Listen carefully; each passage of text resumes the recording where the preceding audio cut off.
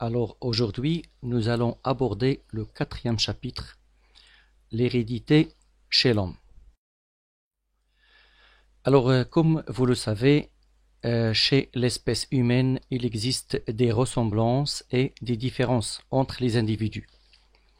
C'est-à-dire, il y a des caractères que l'on retrouve chez plusieurs individus, bien sûr, y compris à l'intérieur des familles. Et donc la question qui s'oppose, comment peut-on expliquer les ressemblances et les différences qui existent entre les êtres vivants? Alors ceci va nous mener à classer les caractères de l'espèce humaine. D'abord, on doit commencer par définir le mot caractère. Alors c'est quoi un caractère? Le terme caractère désigne un trait, une marque ou bien une particularité physique ou physiologique d'une espèce ou bien d'une personne. Donc la forme du nez est un caractère héréditaire, donc c'est un caractère. La forme des oreilles, la couleur des yeux, la forme des cheveux, la couleur des cheveux, etc. Donc un terme, un caractère désigne un trait, une marque ou bien une particularité physique ou physiologique d'une espèce ou personne. Alors commençons par les caractères héréditaires.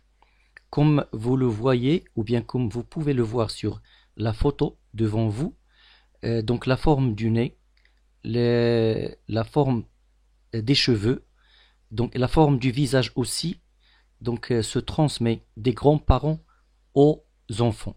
Donc c'est un caractère héréditaire.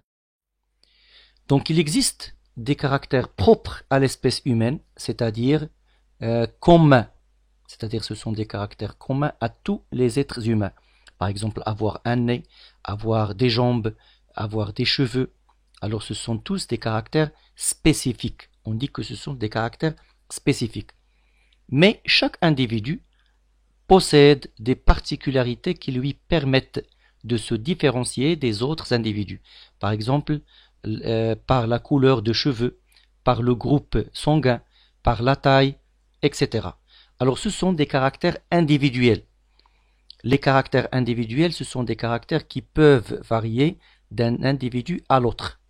Mais bien sûr, ça fait partie des caractères spécifiques.